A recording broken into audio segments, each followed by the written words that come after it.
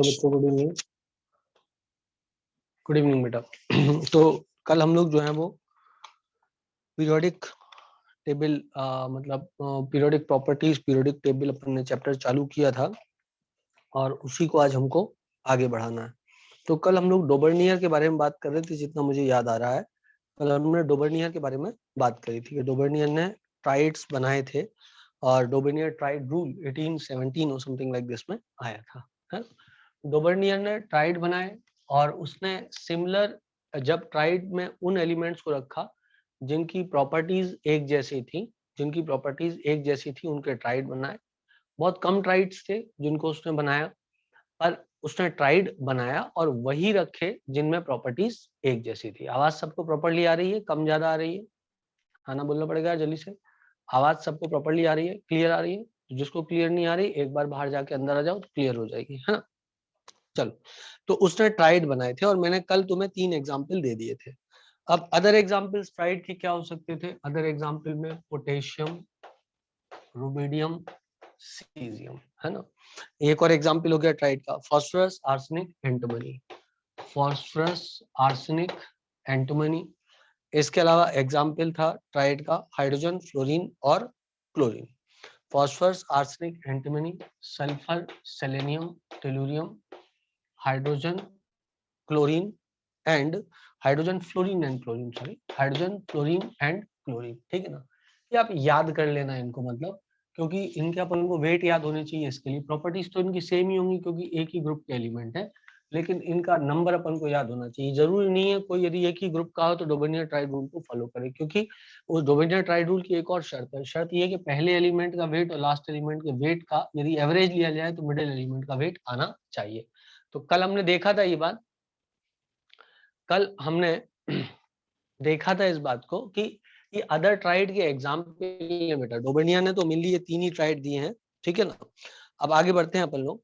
इसके अलावा आपको एक बात याद रखनी है कि डोबर्नियर ट्राइड रूल जो था, डोबर्नियर ट्राइड रूल जो था, it was applicable in group not in period. जैसे कि कल के दिन कोई बोले आयरन, कोबाल्ट, निकेल, अब इनकी प्रॉपर्टीज एक जैसी होंगी और इनका एवरेज लिया जाए तो इसके एवरेज के बराबर आ जाएगा।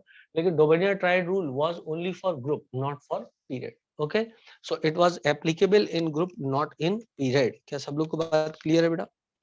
तो डीएनए ब्लॉक एलिमेंट में वो एप्लीकेबल नहीं होता। All the elements known could not be arranged in triad, it is not applicable for DNA block element। ठीक है, तो डिसएडवांटेज क्या हो गया इसके लिए?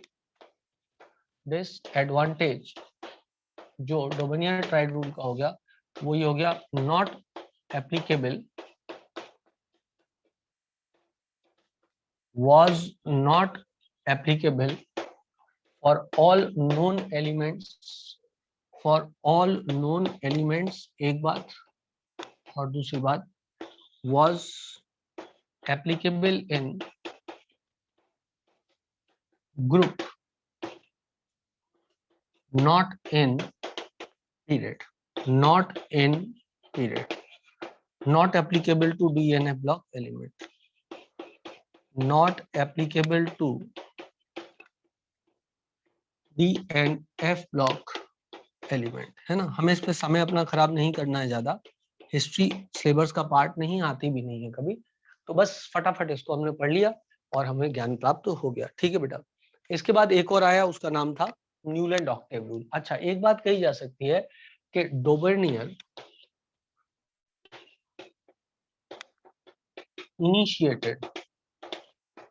initiated periodic relationship with atomic weight, periodic relationship with atomic weight, he initiated periodic relationship with the atomic weight। ठीक है बेटा, उसने क्या किया? पीरियोडिक रिलेशनशिप को एटॉमिक वेट के साथ में इनिशिएट किया, है ना। क्यों? क्योंकि उसने एक रिलेशन बताया कि जो प्रॉपर्टीज है वो मिलती हैं। एक बात प्रॉपर्टीज है जो मिलती हैं, और दूसरी बात पहला एलिमेंट और आखिरी एलिमेंट के वेट का एवरेज मिडिल एलिमेंट का वेट होता है। तो प्रॉपर्टीज का कुछ ना कुछ वेट से भी लेना देना है, इस बात को इनिशिएट किया था डोबर्नियर ने। लेकिन फाइनली जो इस बात पे थ्योरी दी और जो ज्यादा मतलब आज थ्योरी प्रोनाउंस है या जिसको रूल के रूप में या एक टेबल के रूप में डिजाइन किया, दैट वाज मेंडलीफ। क्या बात क्लियर है बेटा आप लोग को?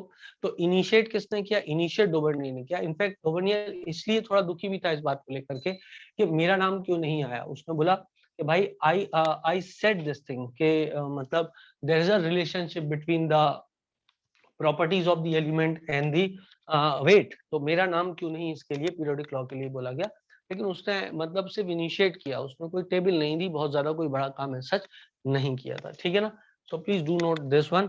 उसके बाद में हम लोग आगे बढ़ेंगे और आगे चल के हम पढ़ेंगे न्यूलैंड ऑक्टेव रूल, ठीक है बेटा।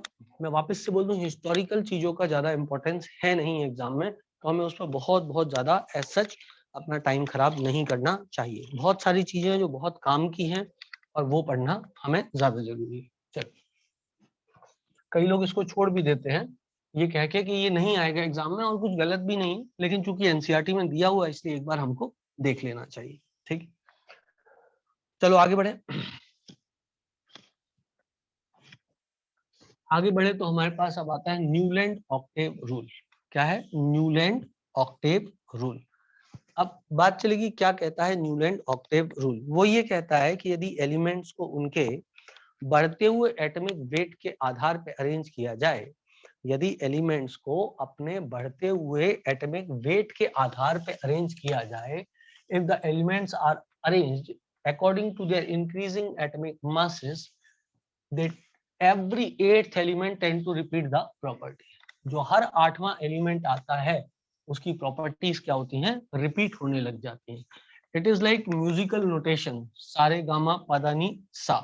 तो 7 सुर होते हैं और 8वां सुर फिर से जो 8वां वर्ड आता है वो वापस से क्या आ जाता है?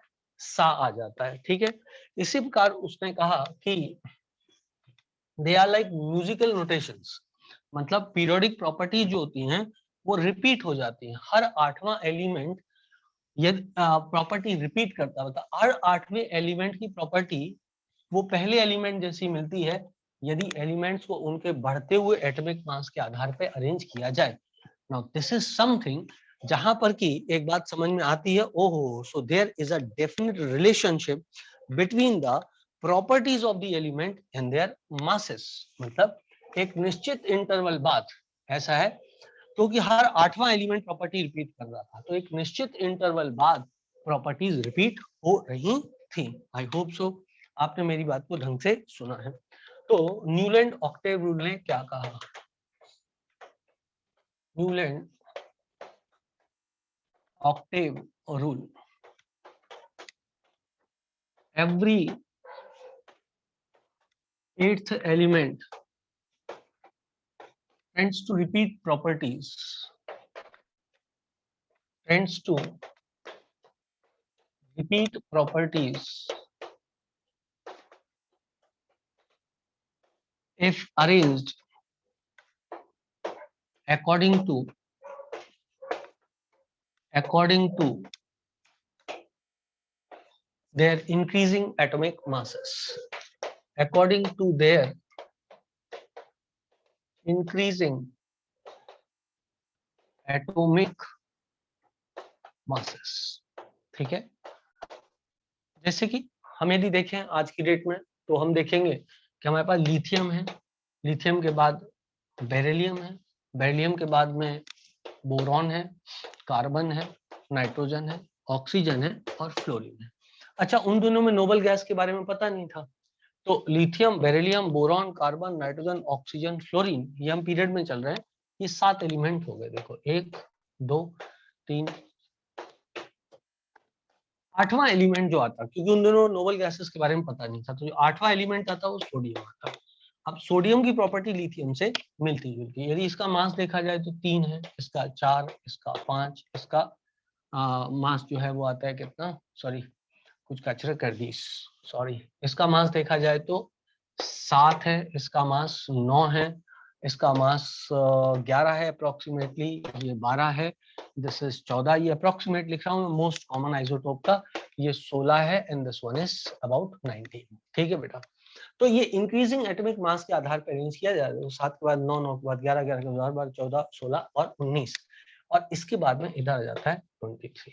तो इसके बाद यही एलिमेंट मिला, 19 के बाद सीधा 23 वाला मिला। उन्होंने देखा कि अच्छा इफ इंक्रीजिंग एटॉमिक मास के आधार पर अरेंज किया जाए तो एक रेगुलर इंटरवल बाद प्रॉपर्टी रिपीट होती है। This is magnesium. I hope सब लोग को बात ये समझ में आ रही होगी। हाँ ना बोलना पड़ेगा, सबको बात समझ में आ रही है ना? Very good. बोरॉन के नीचे एल्यूमिनियम आ जाता है, एल्यूमिनियम के नीचे carbon, silicon, nitrogen, phosphorus, oxygen, sulphur और ये क्लोरीन आ जाता और इसके बाद में यहाँ पर पोटेशियम आता और यहाँ पर कैल्शियम आता। अब प्रॉब्लम ये होती है इसके बाद में डी ब्लॉक एलिमेंट चालू होते हैं। अब डी ब्लॉक एलिमेंट को बोरॉन के नीचे रखोगे तो ये इनसे प्रॉपर्टीज मैच नहीं हो पाएंगी। तो 20 के बाद में ये क्लासिफिकेशन और गलत हो जाता है, क्योंकि उसके बाद में यदि मास देखा जाए तो मास स्कैंडियम का आ जाएगा और scandium is D block element, उसकी प्रॉपर्टी जो है बोरॉन एल्युमिनियम से नहीं मिलेगी। तो ये टेबल जो थी वो 20 के बाद में ये टेबल एप्लीकेबल नहीं थी। यहाँ तुम एलिमेंट गिन रहे हो, तुम्हें 18 दिखाई दे रहा है, लेकिन आज के संदर्भ में यदि हम बोले तो जो एटॉमिक नंबर 20 है उसके बाद में ये टेबल जो है एप्लीकेबल नहीं थी, या बोल दो आफ्टर कैल्शियम टेबल जो है वो एप्लीकेबल नहीं थी। क्या बात क्लियर है सब लोगों को बेटा? क्या बात क्लियर है सब लोग को? और with the discovery of noble gases law ही खत्म हो गया, क्योंकि उसने बोला था every 8th element tend to repeat the property, जबकि फिर वो 9th होता ना कि 8th होता। ठीक है बच्चों, क्या बात सबको क्लियर है? Okay, done? Okay okay. तो बेटा डिसएडवांटेज मैं तुरंत लिख देता हूं, disadvantage with discovery of noble gases, law fail हो गया बेटा। और दूसरी बात यदि बात की जाए तो it was not applicable after calcium. Done हो गया बेटा? आ गया सबको समझ में? ठीक है, आगे बढ़ जाएं अब। चलो मैं सामने से हट जाता हूँ, उसके बाद मैं आपको अगली बात पढ़ाता हूँ जल्दी। अब आता है लोथर मेयर और मेंडलीफ। ये दो लोग हैं जिन्होंने एक साथ काम किया और लगभग एक जैसी ही बात दोनों ने कही, लेकिन काम का श्रेय ज्यादा मेंडलीफ को दिया जाता है। उसका बेसिक रीजन ये है, मेंडलीफ का काम भी पहले पब्लिश हुआ, और दूसरी बात ये है पब्लिश मतलब उस भाषा में ज्यादा पब्लिश हुआ, मतलब जल्दी, जो भाषा उस समय विश्व में ज्यादा समझी जा रही थी, है ना बेटा? तो मैं इसको मिटा दूं बेटा, इसको मिटा दूं, ठीक है? शैल आई? ओके। और ये भी सत्य है कि मेंडलीफ का काम ज्यादा सिंपलर था as compare to the work of Luther Meyer. Luther Meyer ने ग्राफ पे एलिमेंट्स को प्लॉट किया था, which was quite difficult to study. और मेंडलीफ ने जो है वो प्लॉट किया था, वो मेंडलीफ ने एक बढ़िया हॉरिजॉन्टल और वर्टिकल पीरियोडिक टेबल बनाई थी, which was in reality more easier to understand, more easier to remember for the students of chemistry. ठीक है, तो that got more popular and Mendeleev was more credited for its work. Okay, तो let us study further. उसके पहले एक और है नाम जिसके बारे में हमको पता होना चाहिए, मॉड्यूल में नहीं लिखा हुआ है लेकिन एनसीईआरटी में वो नाम दिया हुआ है। सिलेंड्रिकल पीरियोडिक टेबल जो है वो दिया था, उसके बारे में हमको पता होना चाहिए। और साइंटिस्ट का नाम कुछ गड़बड़ का है, चान और डॉइस और समथिंग लाइक दिस, गड़बड़ नाम है, चैन कॉर्ट टॉइस। ठीक है, so cylindrical periodic table was given by chain court toys. ठीक है ना, मैं नाम लिख देता हूँ, स्पेलिंग लिख देता हूँ, आप उसको याद कर लेना, क्योंकि ये क्वेश्चन एग्जाम में कभी भी टपक सकता है कि सिलेंड्रिकल पीरियोडिक टेबल किसने दिया था। सो यू नीड टू से चैन कॉर्ट टॉइस। ठीक, ही गिव सिलेंड्रिकल पीरियोडिक टेबल। उसके बाद में लोथर मेयर और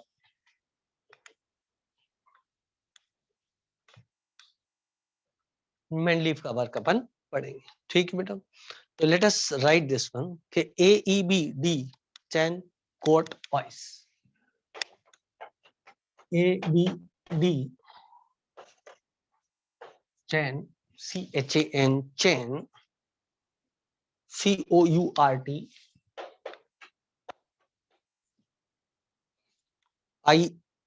COURTOIS, OIS, gave cylindrical periodic table। कोई भी आपसे ये सवाल पूछ सकता है, बस इतना फैक्ट हमको पता होना चाहिए। इंपॉर्टेंट है बेटा, टेस्ट में भी टपक सकता है। चलो आगे बढ़ते हैं। इसके बाद में आता है वर्क किसका, इसके बाद में सीधा सीधा वर्क आ जाएगा लोथर मेयर का और मेंडलीफ का। तो Lothar Mendeleev was a Russian and Lothar Meyer was a Mendeleev was a Russian and Lothar Meyer was a German. So पहले मैं आपको लोथर मेयर पढ़ा देता हूँ। Lothar Meyer was a German, और इनका जो ईयर ऑफ वर्क है वो ईयर ऑफ वर्क है लोथर मेयर का 1830 से ना, वर्क क्या है वो तो रहे 1895 तक। इसको याद करने की जरूरत नहीं है सच, मतलब कौन याद करता है ये सब बातें, है ना। 1869 में दोनों ही लोगों ने वर्क किया है ना। तो जर्मन थे Lothar Meyer, he said or he plotted graph, he plotted graphs of various periodic properties versus various physical properties, ठीक है। plotted physical properties such as atomic volume, melting point, boiling point against atomic weight. So he plotted graph of physical properties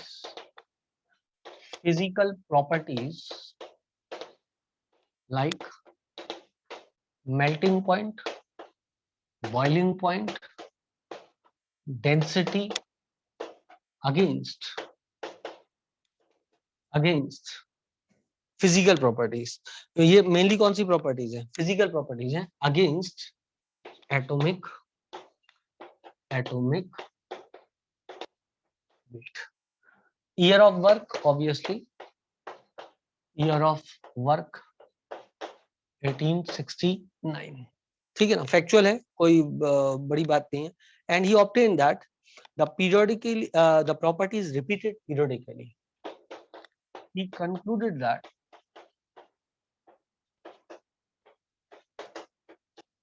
properties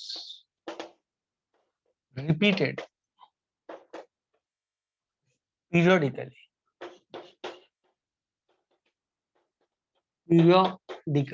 ठीक है बेटा। उसे conclude किया कि property जो थी वो एक निश्चित इंटरवल बाद रिपीट हो रही थी, ठीक है बेटा। तो उसने जो ग्राफ बनाया उसके आधार पर उसने क्या कंक्लूजन्स ड्रॉ किए, यही मेन कंक्लूजन है उसका कि प्रॉपर्टी जो है वो रिपीट हो रही हैं पीरियोडिकली, मतलब एक रेगुलर इंटरवल ऑफ टाइम बाद में प्रॉपर्टीज अपने आप को रिपीट कर रही हैं। और when they are arranged, when the elements are arranged on the basis of their increasing atomic masses. Periodically मतलब इंक्रीजिंग एटॉमिक मासेस के आधार पर अपन आगे बढ़ रहे हैं, अपन मास को बढ़ाते जा रहे हैं और देख रहे हैं एक निश्चित इंटरवल बाद प्रॉपर्टी अपने आप को रिपीट कर रही है, ठीक। तो जो ग्राफ प्लॉट किया वो किसके अगेंस्ट में किया, एटॉमिक, और एटॉमिक वॉल्यूम में लिखना भूल गया, MP BP density atomic volume, ठीक है बेटा, इनके अगेंस्ट में। बुक्स में आपको एटॉमिक वॉल्यूम के अगेंस्ट में ग्राफ देखे। So this is atomic volume versus atomic weight, correct है। अब आप जब ग्राफ समझेंगे तो आपको बात समझ में आ जाएगी कि मैं क्या कहने की कोशिश कर रहा था, ठीक है। ये ग्राफ कुछ यूं गया, फिर ये कुछ यूं गया,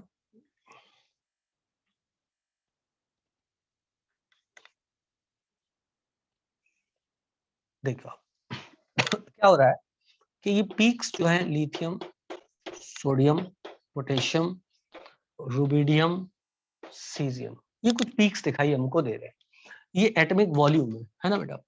तो क्या हो रहा है कि एक निश्चित इंटरवल बाद प्रॉपर्टीज रिपीट हो रही है, मतलब जिनमें सिमिलरिटी ऑफ प्रॉपर्टी है उनके वॉल्यूम भी सबसे ज्यादा है। जिनमें सिमिलरिटी ऑफ प्रॉपर्टीज है मतलब लिथियम, सोडियम, पोटेशियम, रुबिडियम, वो तो बेटा उनके जिंदा रहने का टाइम बच्चे, ठीक है। 1830 से लेकर 95 उनके रहने का टाइम है ना, जिस जीवन उनका मतलब कितने साल वो जिए, 30 में जन्म लेकर के तब तक उन्होंने काम किया। ठीक है बेटा, चलो आगे बढ़े।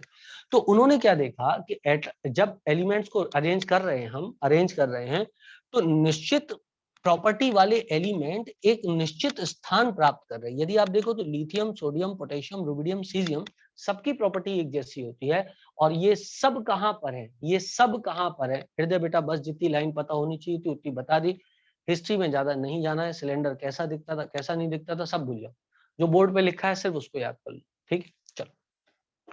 Lithium, sodium, potassium, rubidium, caesium, तो हम ये देख रहे हैं कि प्रॉपर्टीज जो हैं वो रिपीट हो रही हैं। देखो आप मेरी बात को ध्यान से सुनना। यहाँ लिथियम, इसके बाद में बेरिलियम आया होगा, उसके बाद में अलग अलग एलिमेंट जैसे कि बोरॉन, कार्बन, नाइट्रोजन, है ना, ये सब आए होंगे। और इसके बाद में फ्लोरीन, और फ्लोरीन के बाद में नियॉन, और नियॉन के बाद में सोडियम। हालांकि तब तक नियॉन के बारे में पता नहीं था, आज पता है। तो सोडियम वापस से आया। तो देखो इस दौरान मास बढ़ता जा रहा है। ध्यान से सुनना बेटा, इस दौरान मास बढ़ता जा रहा है, इस दौरान मास बढ़ता जा रहा है। बढ़ते हुए मास के क्रम में हम अरेंज कर रहे हैं क्योंकि ये एटॉमिक वेट है। और हम देख रहे हैं कि प्रॉपर्टी रिपीट हुई है एक रेगुलर इंटरवल ऑफ टाइम बाद। ये कैसे पता रिपीट हुई है प्रॉपर्टी? क्योंकि वॉल्यूम हाईएस्ट मिले हैं अपनी टेबल में, वॉल्यूम हाईएस्ट मिले अपनी टेबल में। यही मेल्टिंग पॉइंट, बॉइलिंग पॉइंट में देखते तो लिथियम, सोडियम, पोटेशियम, रुबिडियम का मेल्टिंग पॉइंट, बॉइलिंग पॉइंट आपको रिलेटिवली थोड़ा लोअर मिलता as compare to beryllium, as compare to aluminium. समझ रहे हो बात को? खैर वो प्रॉपर्टी अभी आप नहीं समझ पाओगे क्योंकि आप उतनी केमिस्ट्री भी समझते नहीं हो, लेकिन वॉल्यूम आप समझते हो। जैसे जैसे हम पीरियोडिक टेबल में लेफ्ट टू राइट जाते हैं, लेफ्ट ये होता है पीरियोडिक टेबल का, आप टेबल के सामने खड़े हो जाओ, जो आपका लेफ्ट है वो टेबल का लेफ्ट है, जो आपका राइट है वो टेबल का राइट है। तो जैसे जैसे लेफ्ट से राइट जाते हो वैसे वैसे आकार घटता है, साइज घटता है। लिथियम का साइज फ्लोरीन की तुलना में लगभग दुगना होता है। क्या आपने मेरी बात को सुना है?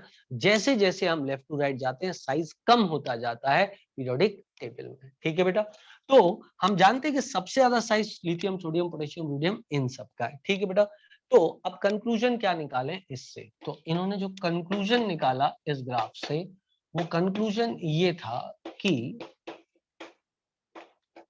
most electropositive element were on the peak of the graph. Most electropositive elements,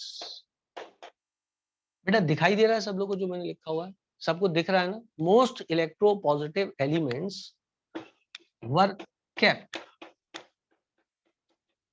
on peak of graph.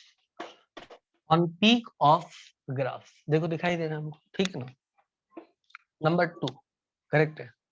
Number 2, अच्छा एक बात बता दूं, जो आप में से ऑनलाइन रहेंगे बच्चे आगे भी, उनकी क्लास शाम को ही लगेगी ऑनलाइन की, है ना? ऑनलाइन की क्लास सुबह नहीं चलेगी, शाम को ही चलेगी, ठीक है ना?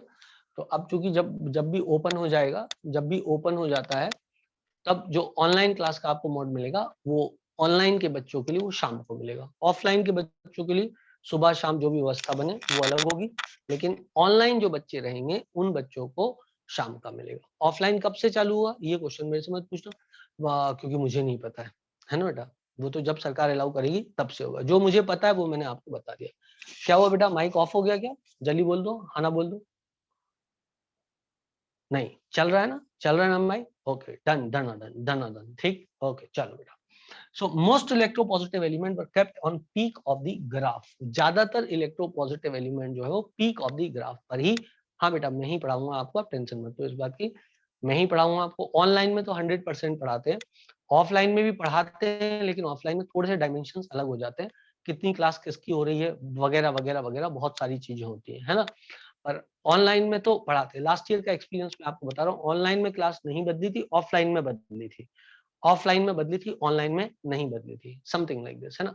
पर अभी आप मत सोचो इसको इतना, अभी इतना मत सोचो, तब मेरे बैचेस ज्यादा थे, अब रिलेटिवली कम है, तो मुझे लगता है नहीं बदलनी चाहिए, है ना? चलो, most electropositive element were kept on the peak of the graph, उनको पीक ऑफ द ग्राफ पर रखा गया है। ठीक है बेटा, अब दूसरी बात करते हैं पर हम दूसरी बात करें तो लेस इलेक्ट्रोपॉजिटिव एलिमेंट की बात करें। Less electropositive elements were kept on descending part of the curve, descending part of the curve, correct है? मतलब जैसे बेरिलियम की बात करें तो वो इधर descending part of the curve पे आ जाता है बेरिलियम, ठीक है ना। It is less electropositive element, less electropositive element. Lithium की बात करें तो मोस्ट इलेक्ट्रोपॉजिटिव एलिमेंट, ईपी मतलब इलेक्ट्रोपॉजिटिव, ठीक है बेटा, मोस्ट इलेक्ट्रोपॉजिटिव एलिमेंट। अब आता है थर्ड पॉइंट। थर्ड पॉइंट में मेटलॉइड्स, अच्छा, एंड मोस्ट इलेक्ट्रोनेगेटिव एलिमेंट, ये इधर जैसे कि ये रख दिया था फ्लोरीन को, है ना। तो this is most electronegative element. Most electronegative element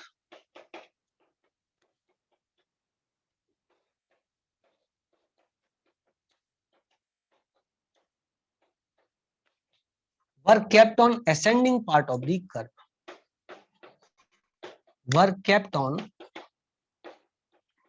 ascending part of curve। ये सारी चीजें आपके मॉड्यूल में भी लिखी है, वहां से भी ढूंढ सकते हो, है ना। और चौथा metalloid and transitional element, metalloids and transitional elements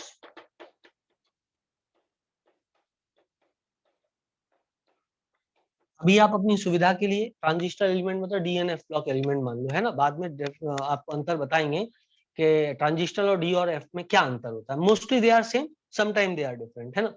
so metalloid and transistor element were kept on the base of the curve, were kept on base of curve। I hope सो सबको दिख गया होगा मैंने क्या लिखा है। they were kept on the base, अच्छा नहीं दिख रहा, they were kept on the base of the curve। ठीक, अब मैं समझा देता हूं आपको। बेटा क्या आप लोग ये बात जानते हो इलेक्ट्रो पॉजिटिव और इलेक्ट्रो नेगेटिव का मतलब क्या होता है? जिन्हें नहीं पता उन्हें बता देता हूँ। इलेक्ट्रो पॉजिटिव का मतलब होता है जिनमें इलेक्ट्रॉन देने की क्षमता अधिक होती है, जो ज्यादा इलेक्ट्रॉन देना चाहते हैं, जैसे कि मेटल होते हैं। और इलेक्ट्रोनेगेटिव का मतलब होता है कि जो इलेक्ट्रॉन अपनी ओर खींचता है, जो इलेक्ट्रॉन अपनी ओर खींचता है उसे बोलते हैं इलेक्ट्रोनेगेटिव, जैसे कि नॉन मेटल होते हैं। क्लियर है बेटा। और मेटल और नॉन मेटल के बीच में जो एलिमेंट आते हैं जो कि मोस्टली मेटल्स होते हैं उन्हें ट्रांजिशनल एलिमेंट बोलते हैं। अभी आप ऐसा समझ लो, ठीक है बेटा। क्लियर है? क्लियर आ रहा है सबको? ब्लर ब्लर तो नहीं हो रहा है ना? क्लियर आ रहा है ना सबको? ओके डन, ठीक है बेटा। तो आप इसको नोट कर लो, जिसको ब्लर हो रहा है वो नोट्स जब अभी आ जाएंगे थोड़ी देर में, उससे आप नोट कर लेना यदि कोई चीज आपको नहीं दिखी हो तो। ठीक, तो ये था पूरा। देखो पीक ऑफ द कर्व पे कौन था? Most electro positive element. Descending part of the curve पे कौन था? Less electro positive element. Ascending part of the curve पर कौन था बेटा? Most electronegative element. और बेस ऑफ द कर्व पे कौन था? मेटलॉइड और ट्रांजिशनल एलिमेंट्स, है ना। ये एकदम एग्जैक्टली मस्त ग्राफ नहीं है, मैं आपसे बोलूंगा तो क्या आप सोचो एकदम मतलब बहुत एक्यूरेट है, वो तो नहीं है ये, but it is okay sort, है ना बेटा। यदि आप देखो तो पीक जो है वो शार्प है और बेस जो है वो ब्लंट है। इसका कारण है कि डीएनए ब्लॉक के एलिमेंट जनरली इधर आते हैं और उनके साइज में बहुत बड़ा कोई अंतर होता नहीं है एज सच, एटॉमिक वेट बढ़ाने पर उनके साइज बहुत जल्दी वेरी नहीं करते हैं या साइज का वेरिएशन कम होता है, इसलिए ब्लंट दिखाई दे रहा है आपको कर्व। जबकि पीक ऑफ द कर्व आपको शार्प दिखाई दे रहा है क्योंकि एस ब्लॉक एलिमेंट के साइज एकदम शूट करते हैं, ठीक है बेटा। तो peak was sharp and the base was blunt. इधर जगह तो है खाली, यदि आप चाहोगे तो मैं यहाँ पे लिख सकता हूँ peak of curve was sharp and base of curve was blunt। ठीक है बेटा। तो ये मैंने लोथर मेयर का वर्क आपके लिए थोड़ा थोड़ा लिख दिया है, ठीक है। हाँ, आप मॉड्यूल से भी ग्राफ देख सकते हो, कोई दिक्कत नहीं बेटा। मॉड्यूल से भी आप ग्राफ देख सकते हो, मॉड्यूल में भी ये ग्राफ बना हुआ है। यदि आपको कोई बात लिखनी है तो आप मॉड्यूल से सीधी सीधी लिख सकते हो, ठीक है बेटा। अब जितना बोर्ड दिख सकता है, एक सेकंड रुको जरा, थोड़ा सा और दिखा देता हूँ आपको बोर्ड। जिनको नहीं दे रहा है पूरा बोर्ड दिखाई, लो भाई अब देख लो। आप आपको पूरा बोर्ड दे रहा होगा दिखाई, आई सपोज, ठीक है बेटा। चलो तो इतनी बात करने के बाद, ठीक है बेटा,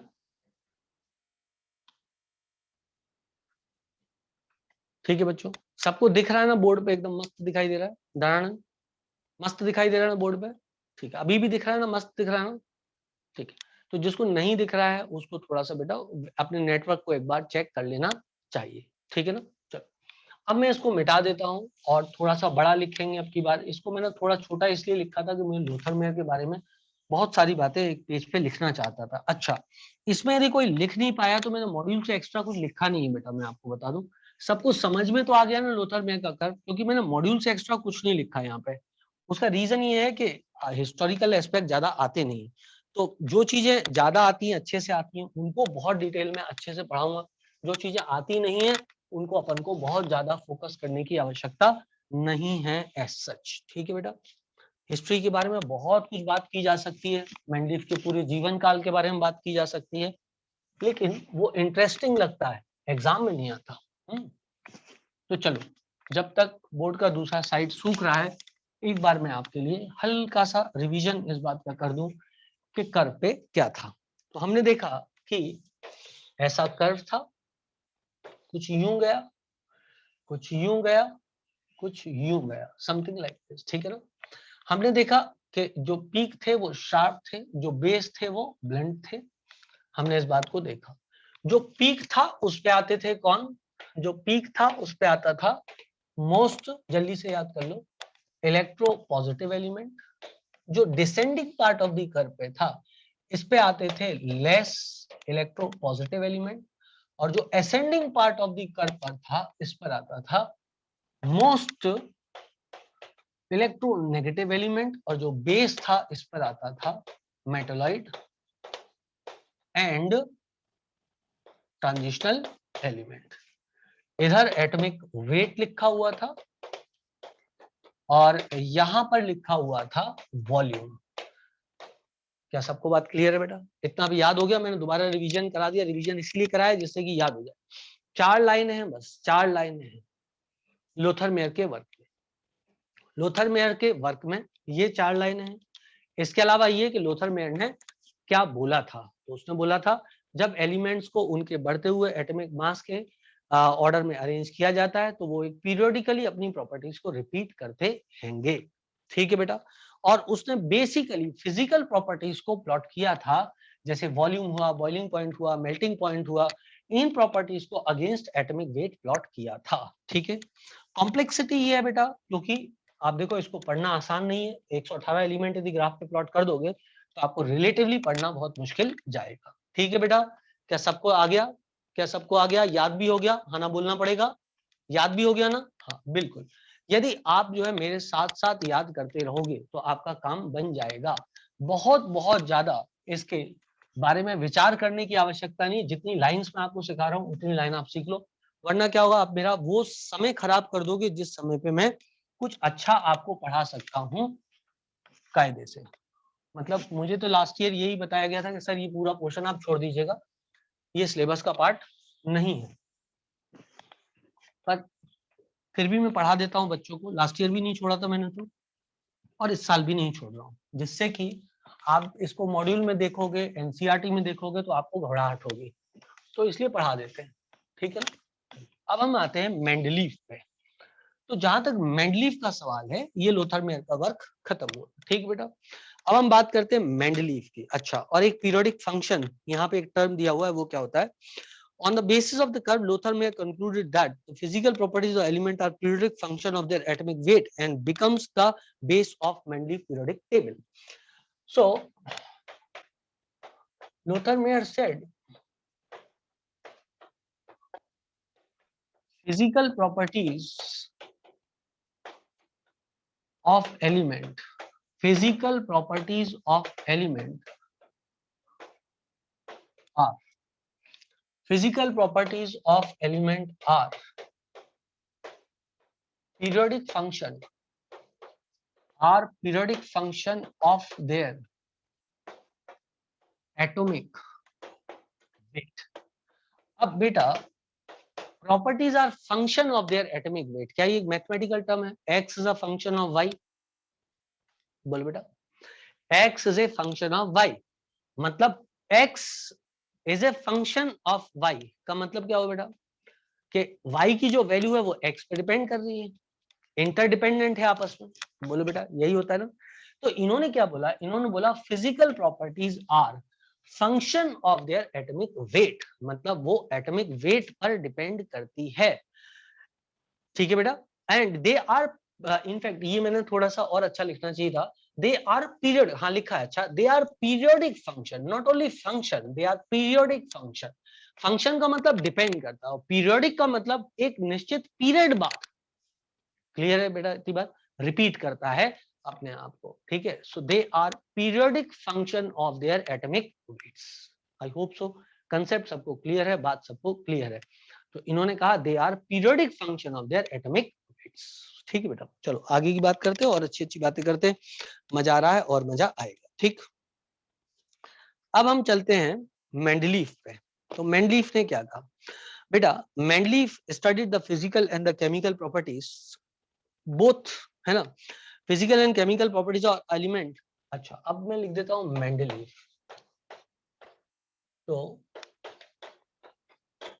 मेंडलीफ पीरियोडिक और मेंडलीफ बस टॉपिक डाल देते हैं, है ना, मेंडलीफ बस टॉपिक डाल देते हैं। 1869 में वर्क किया है मेंडलीफ ने, जैसा मैंने पहले भी कहा दोनों ने एक ही समय वर्क किया है। वॉज ए रशियन, बहुत इंस्पायरिंग स्टोरी है इनकी लाइफ की, हमें पढ़ना नहीं है। वॉज रशियन, मेंडलीफ एक रशियन थे। एंड ही कंक्लूडेड, और उन्होंने क्या कहा, he mainly studied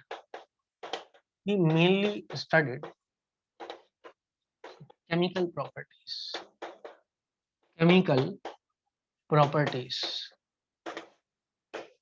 of elements on the basis of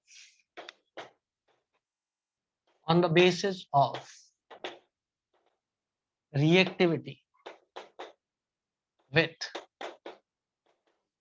oxygen and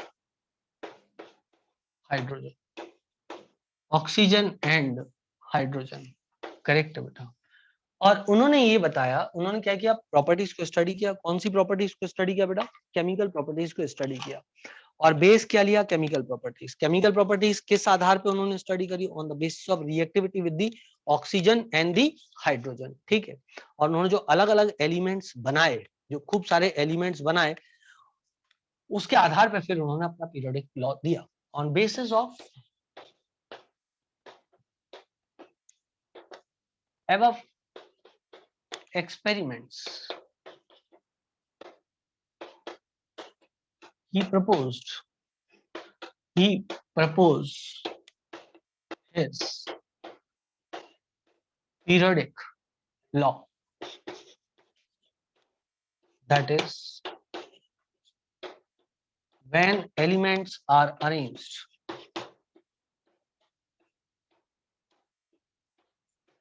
according to their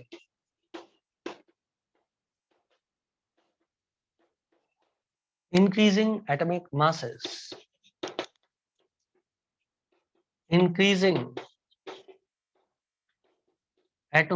masses,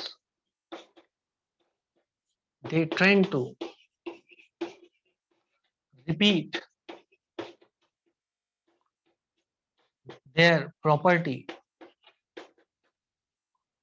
after a regular interval of time.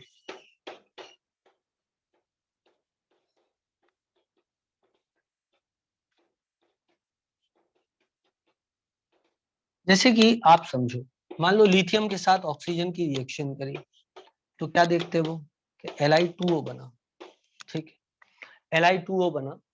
इसका मोल देखा जा सकता था, कितने मोल ने कितने के साथ रिएक्ट किया, प्लस किस तीव्रता से रिएक्ट किया वो देखा जा सकता था, है ना बेटा। इसके अलावा यदि देखें तो लिथियम के बाद में आ जाता, मान लो, या सोडियम से करा देते हैं अपन, सोडियम से करा देते हैं, Na2O देख लिया हमने, है ना।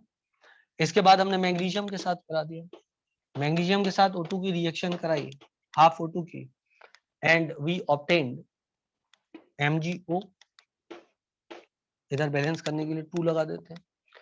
एल्युमिनियम से रिएक्ट करा देते हैं, 3/2O2 and that forms Al2O3. Correct है। अलग अलग मोल लग रहे हैं, अलग अलग रिएक्टिविटी होगी, अलग अलग रेट ऑफ रिएक्शन होगा। यही पोटेशियम के साथ रिएक्शन कराओ तो अगेन आपको मोल रेशियो एक जैसा ही देगा, दिखाई K2O बनाएगा, ये 2 मोल होगा। यहाँ कैल्शियम के साथ कराओ तो यहाँ पर मोल रेशियो एक जैसा देगा, दिखाई CO बनाएगा।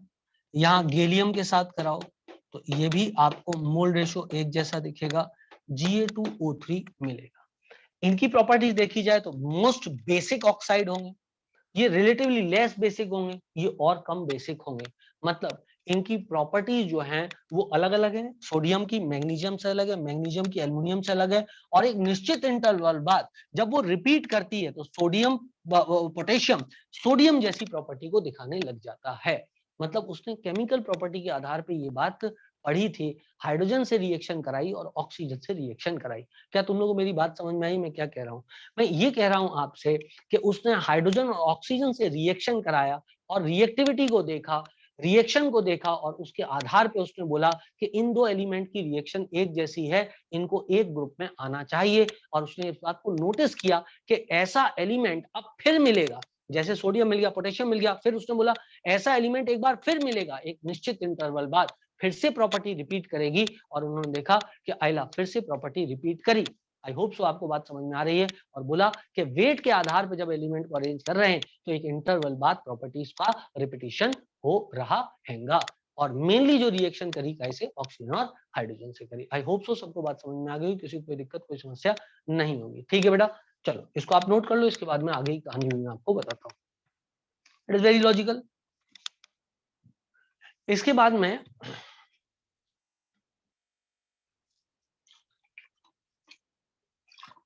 हम आगे बढ़ते हैं और आगे पढ़ते हैं।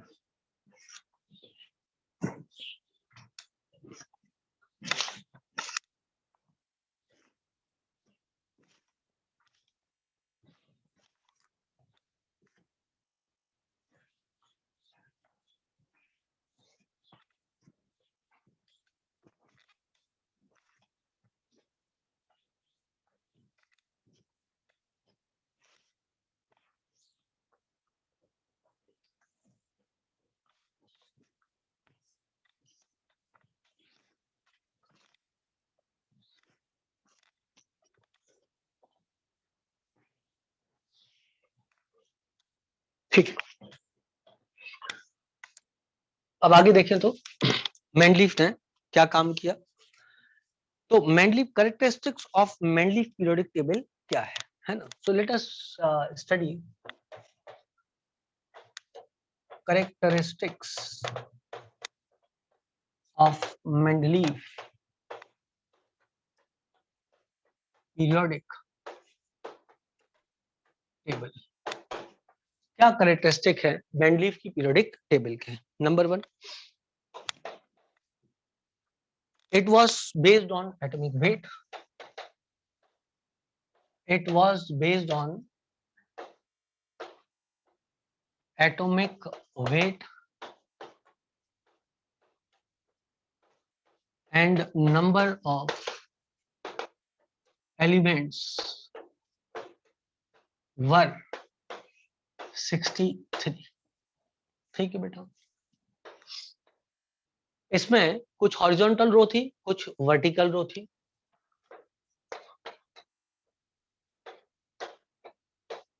और the table was arranged horizontally and vertically. तो number of, या ऐसे लिख दो,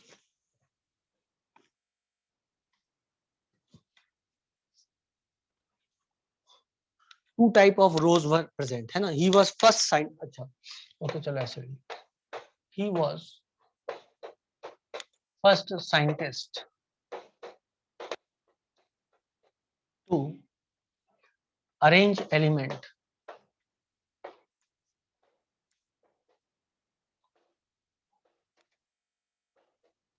on the basis of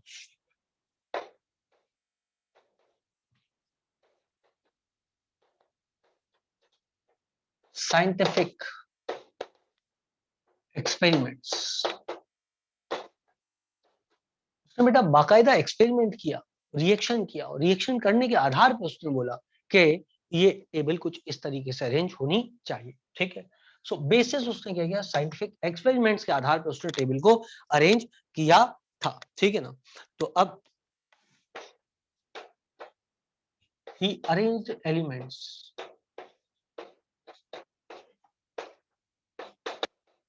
in 7 horizontal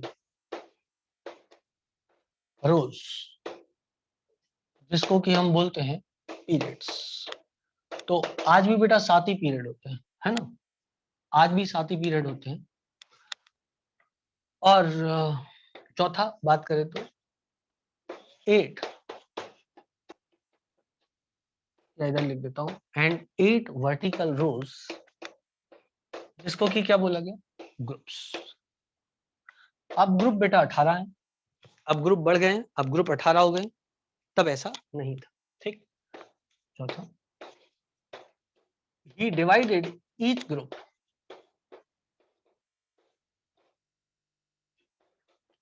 in A and B, ठीक है ना। he divided each group in A group in subgroup A and B, इधर लिख देता हूं सब ग्रुप्स, ठीक है, हर ग्रुप को accept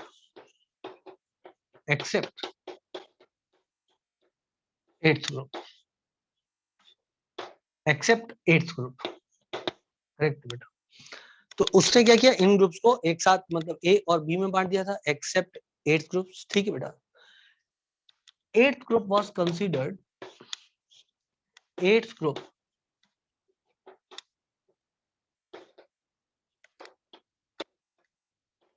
was considered, was eighth group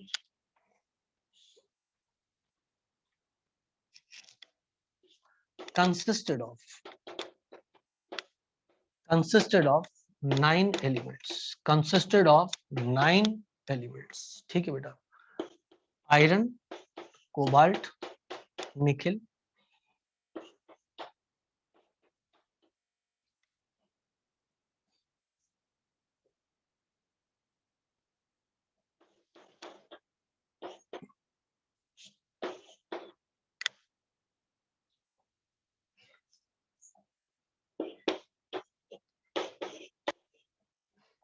ठीक है बेटा।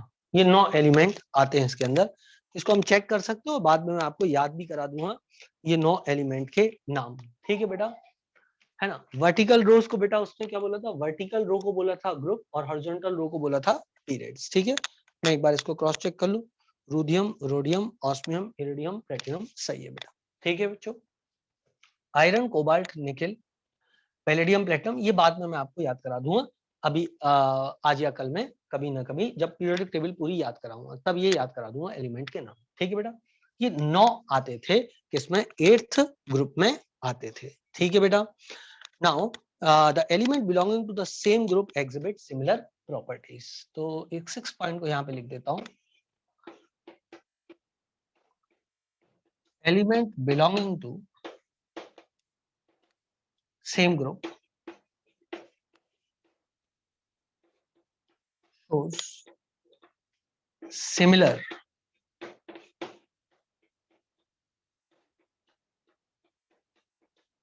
प्रॉपर्टीज, ठीक है बेटा।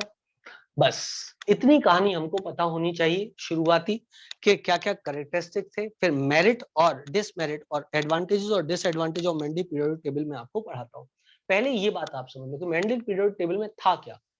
मेनली इट हैज 7 हॉरिजॉन्टल रोज, ऐसी वाली 7 हॉरिजॉन्टल रोज ऐसी वाली थी, और 8 वर्टिकल रो थी ऐसी वाली, ठीक है बेटा। और वो आपके एनसीईआरटी में डायग्राम बना हुआ है 7 हॉरिजॉन्टल और वर्टिकल रो का। हर ग्रुप को, हर वर्टिकल रो को 2 भाग में बांटा गया था, ए और बी में। 8वें ग्रुप को छोड़ करके 8वां ग्रुप जो था उसमें 9 एलिमेंट आते थे। क्या सबको बात क्लियर है बच्चों? हाँ ना बोलना पड़ेगा। क्या सबको बात क्लियर है? कोई दिक्कत, कोई परेशानी, कोई समस्या नहीं है? Very nice. लाइट चली गई है और नथिंग कैन बी डन, तो चली गई। तो आप जल्दी से जो है इसको नोट कर लो, झटापट फटाफट, और लाइट आ भी गई है, बहुत बढ़िया। चलो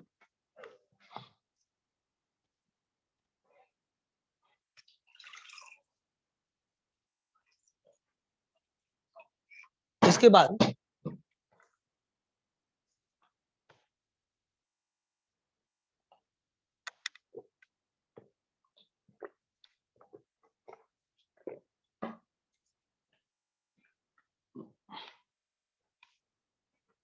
आई होप इतनी बात सबको क्लियर है ना।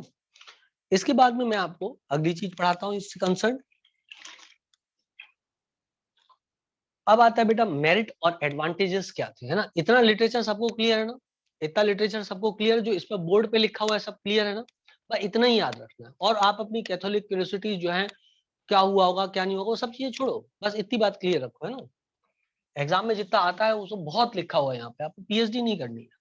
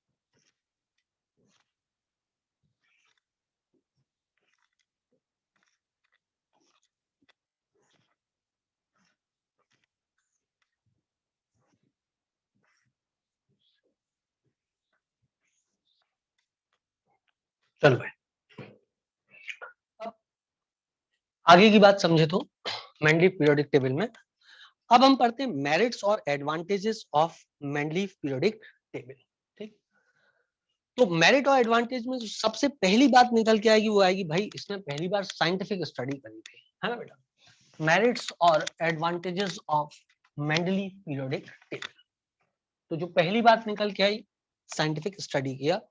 सो स्टडी ऑफ एलिमेंट मेरिट्स और advantages.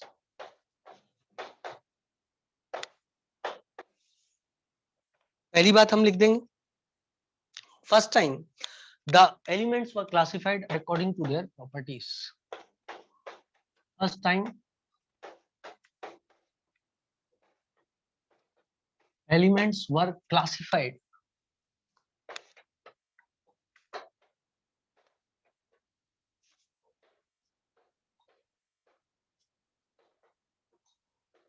according to their first time the elements were classified according to their similarity of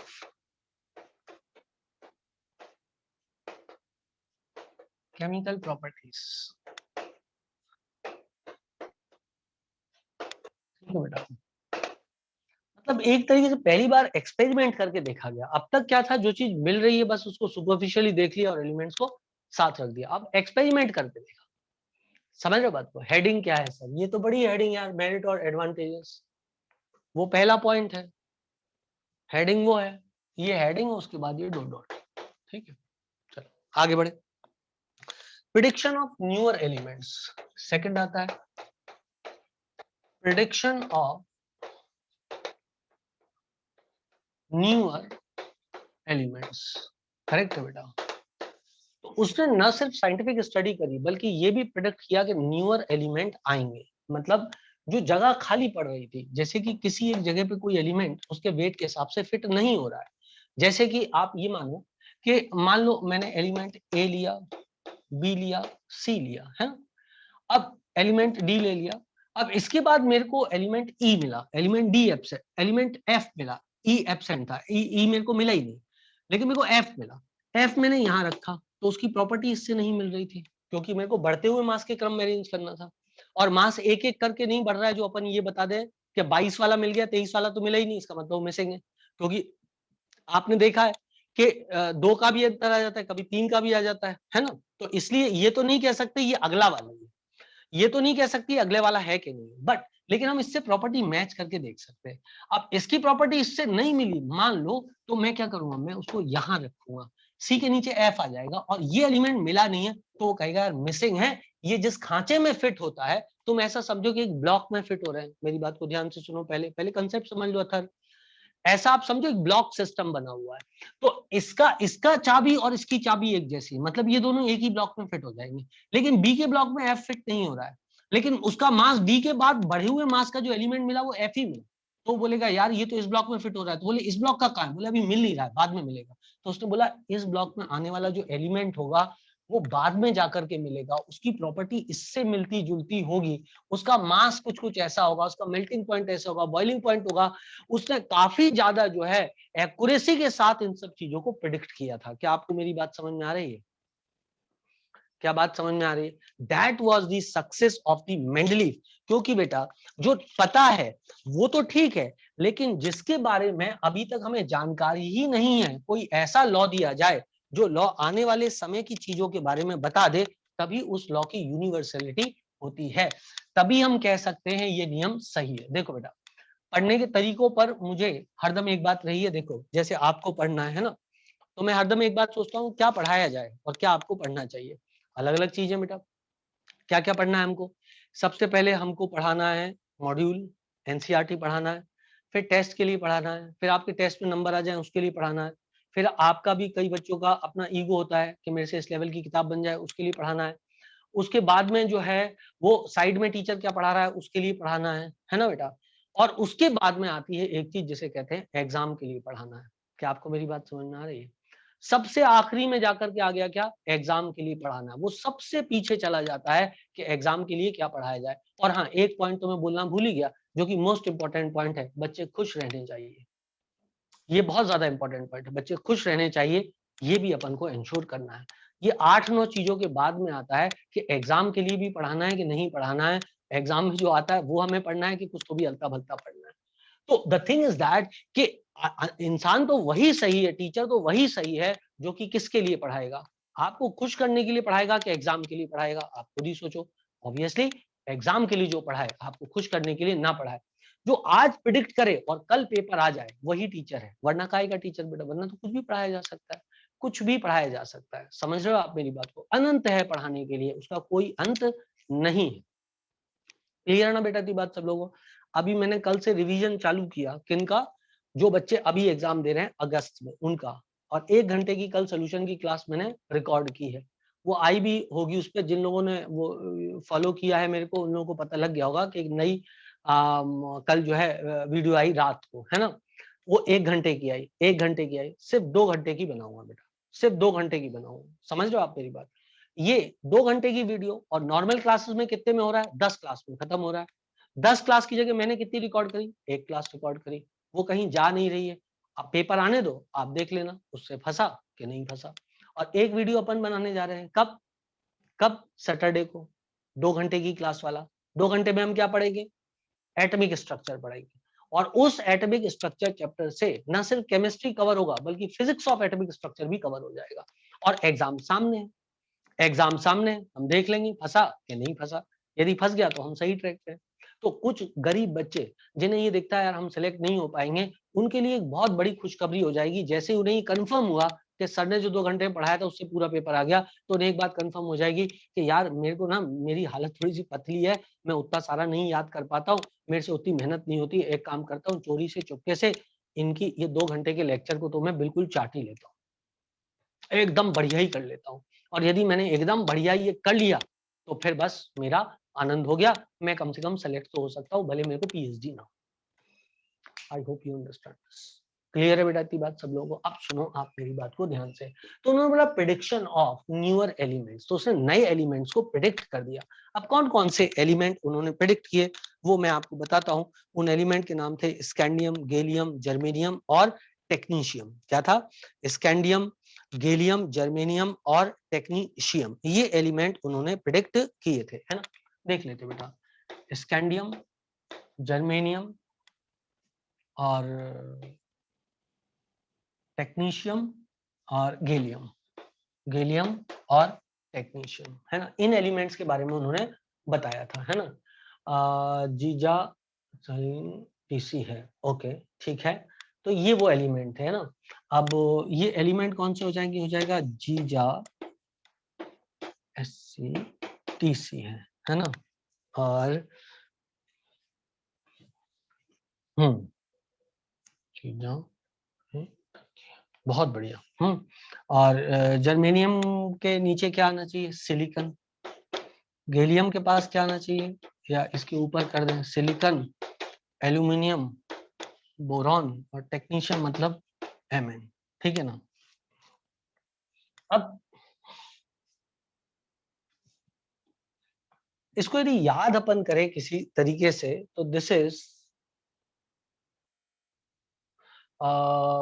SiAl boron और मैग्नीशियम। ये तो हमको याद हो जाता है, सिलिकॉन और जर्मेनियम एक ही ग्रुप में होते हैं, एल्युमिनियम गैलियम एक ही ग्रुप में होते हैं। ये वाला नहीं होता है, मैग्नीशियम टेक्नीशियम एक ही ग्रुप में होते हैं। ये वाला भी आगे चल के मैं आपको शॉर्ट फॉर्म के द्वारा याद कराऊंगा। अभी मैं सोच रहा था कि मैं इसमें क्या लिख दूं जो तुम लोगों को थोड़ा सा ये याद हो जाए। जैसे कि ये मैंने लिखा था SC जिंजा TC है, ओके ठीक है। और यहाँ क्या लिख दिया मैंने, SC जिंजा TC है। यदि ऐसा लिखा तो यहाँ क्या आ जाता, B आ जाता, इधर जर्मेनियम के नीचे क्या आ जाता, सिलिकॉन आ जाता, इधर एल्युमिनियम आ जाता, और यहाँ पर आ जाता Mn, ठीक है ना।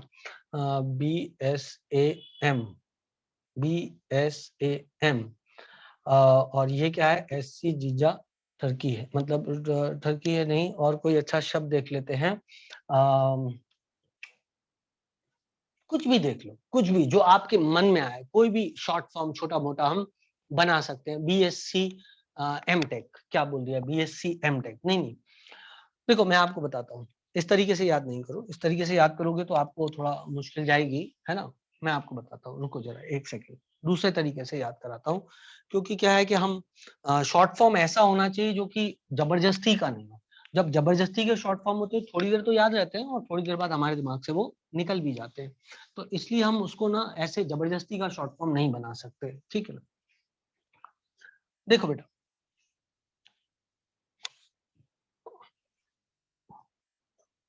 मैं आपको बताऊं, ये समय के साथ आपको याद हो जाएगा, और कैसे हो जाएगा वो भी मैं आपको बताता हूँ।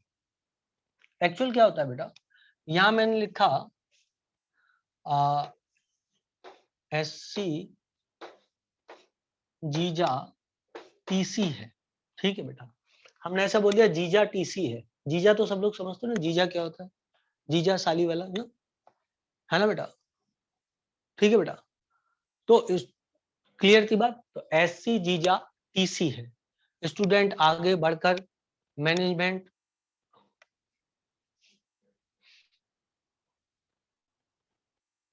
नहीं, स्टूडेंट आगे बढ़ के मारेंगे जीजा TC। देखो बेटा, मैं आपको बोलूं, चलो ठीक है, इतना आप याद कर सकते हो ना, SC जीजा TC है, इतना तो याद हो जाएगा ना, SC जीजा TC है, ठीक है बेटा। अब स्कैंडियम जो है, स्कैंडियम तब तक इसके बारे में पता नहीं था, एक्चुअली इसको नीचे लिखना चाहिए हमको, जीजा। इनको क्या किया था, इनको खोज की थी, इनके बारे में खोज की थी, ये पता नहीं थे तब तक, है ना। और इनके नाम क्या रखे गए थे वो मैं आपको बता रहा हूँ, बोरॉन और स्कैंडियम, BSc हो गया, ठीक है बेटा। और जर्मेनियम सिलिकॉन वाला था, मैं आपको बताऊं, ये होता है कहे सीता जी सुनो प्रभु, सुना है सब लोगों ने, 14th ग्रुप होता है, कहे सीता जी सुनो प्रभु, सुना है सब लोगों ने। तो बस सिलिकॉन के नीचे जर्मेनियम आएगा। और बैगन आलू गाजर इन ठेला, तो ये एल्युमिनियम के नीचे गैलियम आता है, ठीक है। और मन जो है वो क्या है, TC है। अब इसको मैंने और भी अच्छा बना दिया था, लेकिन क्या था कि वो थोड़ा सा, कई बार हो सकता है किसी को ऐसा लगे कि सर ये थोड़ा सा सोशल कम है, लेकिन आजकल का जैसे अपन माहौल देख रहे हैं, सीरियल्स देख रहे हैं, उनमें तो हर प्रकार के शब्दों का प्रयोग किया जाता है, और ऐसा कोई गंदा शब्द भी नहीं है। ये कुछ ऐसे बन सकता है, SC, है ना, सुनो, सुनो, या SC से कुछ लिख लिया, सुनो जीजा टर्की है, याद हो गया, याद हो गया। कोई ऐसी चीज हो, कोई ऐसी चीज हो जो एकदम दिल को छू जाए, मतलब दिल के आर पार हो जाए, है ना, तो अपन को याद रहेगा वो, है ना। तो अपन ने बोल दिया सुनो जीजा ठरकी है। और ठरकी क्या होता है? मन होता है। जल्दी बोलो बेटा, ठरकी क्या होता है? मन होता है। क्या बात सही है? कोई इधर उधर दिल फेक टाइप का, है ना, वो क्या हो गया? मन हो गया। ये तो आपको याद ही है, सिलिकॉन, जर्मेनियम, एल्युमिनियम, गैलियम एक साथ आते हैं। खाना बोलना पड़ेगा यार, खाना बोलना पड़ेगा यार। क्लियर है बात? और बोरॉन के साथ कौन आ रहा है? बीएससी कर सकते हो आप। ये क्या कर सकते हो? बीएससी कर सकते हो। अब आई सपोज दैट सबको याद हो गया होगा, ठीक है बेटा। इनके नाम के आगे हमने लगाया इक्का। इक्का एक संस्कृत का शब्द था इनफैक्ट, जो कि मेंडलीव का एक इंडियन दोस्त था, वो उससे बहुत ज्यादा इन्फ्लुएंस था, तो उसके रिस्पेक्ट में उसने शब्द इक्का का प्रयोग किया था, ठीक है बेटा। सो इक्का बोरॉन, इक्का सिलिकॉन, इक्का एल्युमिनियम और इक्का एमएन। और एलिमेंट जो खोजे थे वो स्कैंडियम, जर्मेनियम, गैलियम और टेक्नीशियम खोजे थे। उनका नाम जो उसने रखा था वो रखा था इक्का बोरॉन, इक्का सिलिकॉन, इक्का एल्युमिनियम और इक्का मैंगनीज। क्या सबको याद हो गया? क्या सबको याद हो गया है?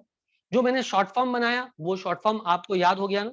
वो कुछ भी हो लेकिन याद होना चाहिए, है ना। सुनो जीजा ठरकी है, ठरकी मन होता है, ये सबको याद है। एल्युमिनियम और गैलियम, है ना, गाल, जीसी, बीएससी, ठीक है ना। वैसे सिलिकॉन, जर्मेनियम, एल्युमिनियम, गैलियम वैसे भी याद है यार, वो उससे क्या कहें, सीता जी सुनो प्रभु और बैगन आलू गाजर इन ठेला, वहां से याद है, बस खत्म हुआ। तो प्रिडिक्शन ऑफ न्यूअर एलिमेंट्स, ठीक। अब अपन चलते हैं तीसरे पॉइंट पे।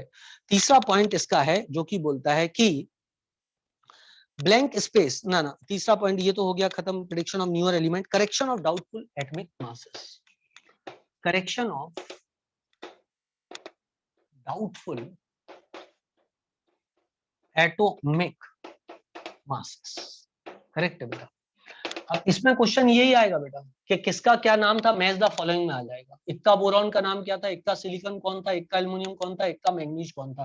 इसलिए this is very very important, ठीक है बेटा। Correction of doubtful atomic weights, actual क्या था बच्चों, एक चीज होती है जिसे बोलते हैं एटॉमिक वेट, और एक चैप्टर होता है जिसका नाम है मोल कंसेप्ट। उसमें होता है एटॉमिक वेट बराबर इक्विवेलेंट वेट। इक्विवेलेंट वाला कंसेप्ट अभी आपको पढ़ाया नहीं गया है, मैं आपको चैप्टर रिडॉक्स में पढ़ाऊंगा। Equivalent weight into valency factor, into valency factor, correct है बेटा। इस फॉर्मूले का इस्तेमाल करके मेंडलीफ ने कुछ ऐसे एलिमेंट्स के वेट को करेक्ट किया जिनका वेट तब तक गलत माना जाता था, जैसे कि बेरिलियम का। तो ओल्डर डेज में क्या होता था, ओल्डर डेज में क्या होता था कि बेरिलियम का जो वेट था वो माना जाता था बराबर इक्विवेलेंट वेट। इक्विवेलेंट वेट बेटा एक्सपेरिमेंटली कैलकुलेट होता है, तो ये गलत नहीं हो सकता, एक्सपेरिमेंटली कैलकुलेटेड, है ना। वैलेंसी हम मानते थे। तो ओल्डर डेज में बेरिलियम का जो वेट था वो कितना होता था, वो होता था 4.5 into that was, I suppose that was 3। Valency तब तक हम बेरिलियम के लिए 3 मान रहे थे, ठीक है। तो इसके कोई प्रॉपर स्थान जो है पीरियोडिक टेबल में इसको प्राप्त नहीं हो रहा था, तो इसका वेट कितना आ जाता, 13.5 और समथिंग लाइक दिस आ जाता है एएमयू, है ना। Mendeleev corrected the valency factor, Mendeleev corrected the valency factor. कैसे? क्योंकि बेटा वो उसको प्रॉपर स्थान पे नहीं रख पा रहा था, है ना। तो उसने क्या किया, उसने इसको चेंज करके कर दिया 2, और इसका वेट कितना आ गया 9। इतना डिटेल कोई पूछता नहीं है, लेकिन फिर भी मैंने आपको थोड़ा सा बता दिया है कि ओल्डर डेज में वैलेंसी फैक्टर 3 माना जाता था। मेंडलीफ ने अपने एक्सपेरिमेंट्स करके 2 किया और equivalent weight into valency factor करके उसका राइट वेट कैलकुलेट किया, जो कि 9 एएमयू होता है। क्या आपको थोड़ी बहुत बात समझ में आई है? मेंडलीफ ने डाउटफुल एटॉमिक वेट्स को क्लियर किया था by using the formula equivalent weight into valency factor. तब तक वैलेंसी फैक्टर गलत लिया जाता था, उसने अपने एक्सपेरिमेंट्स के आधार पे वैलेंसी फैक्टर को करेक्ट किया। अभी आप वैलेंसी फैक्टर टर्म समझते नहीं हो इसलिए मैं उसके डिटेल में नहीं जाऊंगा, लेकिन वैलेंसी फैक्टर टर्म को उसने करेक्ट करके 2 करा और राइट एटॉमिक वेट उसने ऑब्टेन करा। तो आपने क्या याद रखा, Mendeleev corrected the doubtful atomic masses. EW मतलब इक्विवेलेंट वेट, वहां लिखा नहीं, ये लिखा है ना बेटा, देखो ईडब्ल्यू मतलब इक्विवेलेंट वेट, करेक्ट है बेटा। आ गया सबको समझ में, आना बोलना पड़ेगा, ओके। अब उसने जिन एलिमेंट्स का वेट करेक्ट किया वो कौन से एलिमेंट थे, वो एलिमेंट थे बेटा, ठीक है, पियाबू। अब पियाबू करके कोई शब्द नहीं होता है, लेकिन आप मानो तो शब्द है, ना मानो तो शब्द नहीं है। पिया बू, क्या सबको याद हो गया? पिया बू, बू, पिया बू, है ना? P for platinum, P for platinum, I for iridium, A for Au, B for beryllium and U for uranium। क्या सब लोग याद रखेंगे इसको? मैं शॉर्ट फॉर्म ऐसा ही बनाता हूं जो कि बच्चों को याद रह जाए, क्योंकि देखो ऐसे शॉर्ट फॉर्म बना के कभी भी फायदा नहीं होता जो शॉर्ट फॉर्म हमको याद ना हो, भले इरिटेटिंग हो, वो ऐसा लगे कि यार ये क्या बोल दिया, पत्थर मार दो फेंक करके, लेकिन बस याद होना चाहिए, खत्म बात। क्लियर बेटा? तो ये भी मैंने आपको शॉर्ट फॉर्म ऐसे ही बताया था, सुनो जीजा ठरकी है, ठरकी मन होता है, बोरॉन स्कैंडियम है, सुनो सीता जी, आलू गाजर इन ठेला, ये आलू गाजर था, ये सुनो जी या सुनो कहे सीता जी, ये सीता जी था, ये आलू गाजर था, मन ठरकी था और बीएससी था। तो क्या था? बीएससी था, सीता जी था, बीएससी, सीता जी, आलू गाजर, मन ठरकी। बोलो भाई, बोलो भाई, क्या सबको मेरी बात समझ में आ गई? ओके, इरिडियम नहीं है, वो इंडियम है, that is indium, that is indium. Correct है बेटा? Okay, done done. क्या सबको याद हो गया? ये सब याद हो गया? हाँ ना बोलना पड़ेगा, सिर्फ पढ़ना नहीं है, याद भी करना। इसीलिए तो मैंने आपसे बोला था, जो बोलते हैं आईओसी रटने का है, अरे भाई दुनिया की सब चीजें रटने की होती हैं, बहुत सारी चीजें रटनी पड़ती हैं, याद करनी पड़ती हैं, लेकिन उन्हें याद करने का तरीका होना चाहिए। ये इतना बुरा भी नहीं है, थोड़ा दिमाग लगाओ तो ये अच्छा भी हो जाता है। ठीक है बेटा? चलो अब मिटा दूं बेटा मैं इसको, मैं चाहता तो इसको ऐसे ही लिख देता फट फट, और फिर आपको कभी याद भी नहीं रहता, अब आपको याद रह जाएगा और आपको इसमें इंटरेस्ट आने लग जाएगा। तो क्या सबको याद हो गया बेटा? बीएससी, सीता जी, आलू गाजर, ठरकी मन, पियाबू। क्लियर?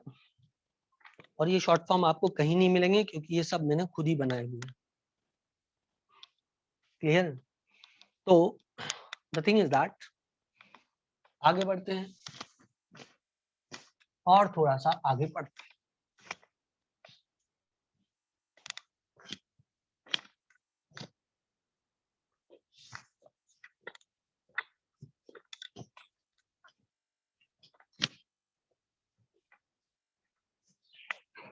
ओके बच्चों, इसके बाद देखें तो नेक्स्ट टॉपिक आता है, दैट वाज डीमेरिट्स, है ना? डीमेरिट क्या थे? डीमेरिट ये था कि हाइड्रोजन की पोजीशन नहीं पता थी, है ना बेटा? अब इसके बाद आएगा डीमेरिट्स, अभी तो मेरिट हो गए, डीमेरिट और डिसएडवांटेजेस। ठीक है, पहला मेरिट कितने थे पहले याद कर लिया? Study of element, protection of element, correction of doubtful atomic, 3 merit बताए। ठीक, अब डीमेरिट, पोजीशन ऑफ हाइड्रोजन। बेटा पता नहीं है कि हाइड्रोजन को रखना कहाँ है, position of hydrogen was not clear. अच्छा, आप में से कोई बच्चा ये कह सकता है सर जी ये तो आज भी क्लियर नहीं है कि हाइड्रोजन को रखना कहाँ है, तो डीमेरिट कैसे हो गया? बेटा बुराई करते समय ये नहीं देखते कि वो काम हम करते हैं कि नहीं करते, समझ रहे हो आप मेरी बात को? बुराई करते समय हमें सिर्फ ये देखना है कि सामने वाले की वो बुराई की जा सकती है कि नहीं। तो position of hydrogen was not determined, not determined, ये पहली बुराई होगी मेंडलीफ की, है ना बेटा? दूसरी बुराई मेंडलीफ की, position of lanthanide and actinide.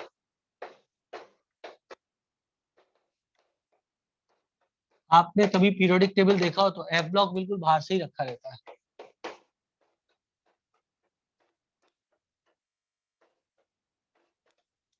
है ना बेटा? बिल्कुल एफ ब्लॉक बाहर ही रखा रहता है, आपने देखा होगा, है ना बेटा? तो position of lanthanide and actinide was not clear, was not clear.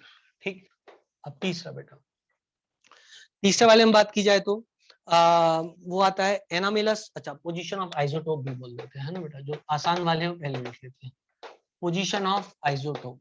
अब बेटा उसका नियम तो ये है कि बढ़ते हुए मास के आधार पे रखा था। अब C13 C14 इन तीनों की केमिकल प्रॉपर्टीज तो एक जैसी होती हैं, तो अब उसने तो बोला था कि जब एलिमेंट को उनके बढ़ते हुए एटॉमिक मास के आधार पर अरेंज करते हैं, तो C14 पूछेगा मैं कहाँ बैठ जाऊं, कार्बन हूं मैं, तो मैं क्या नाइट्रोजन के साथ बैठ जाऊं? बोलो बेटा, वो बोलेगा ना, क्या मैं नाइट्रोजन के साथ बैठ जाऊं, मेरा मास तो 14 है, लेकिन प्रॉपर्टी तो नहीं मिलती जुलती। टाइम हो गया क्या? नहीं, बस 1 मिनट बाकी है ना। तो C12, C13, C14 करेक्ट है बेटा। तो द थिंग इज दैट कि आइसोटोप को रखने में प्रॉब्लम थी, क्योंकि मास इसका अलग अलग है, लेकिन प्रॉपर्टीज तीनों की एक जैसी है। They had different masses, they had different masses, but properties were same, but properties were same. उनके मास अलग अलग थे, लेकिन प्रॉपर्टी एक जैसी थी। क्या सबको बात क्लियर है बेटा? हाँ, टाइम हो गया है, मुझे पता है। अब मैं इस क्लास को एंड कर देता हूँ। कल पढ़ाऊंगा एनामेरस पेयर ऑफ एलिमेंट, चैप्टर में आगे बढ़ जाएंगे। 2-3 दिन इस चैप्टर में यूं ही खराब हो जाते हैं, ऐसी चीजें पढ़ाते हुए जो एग्जाम में नहीं आती है। ठीक है, आज की कक्षा यहाँ पे समाप्त करते हैं। स्वस्थ रहें, मस्त रहें, खुश रहें, और अपने डाउट्स को बिल्कुल क्लियर करते रहें डाउट ग्रुप पे। आज एक्सरसाइज 3 अपन करने की कोशिश करेंगे। ठीक है बेटा, चलो tata bye bye, see you बच्चों। हाँ बता,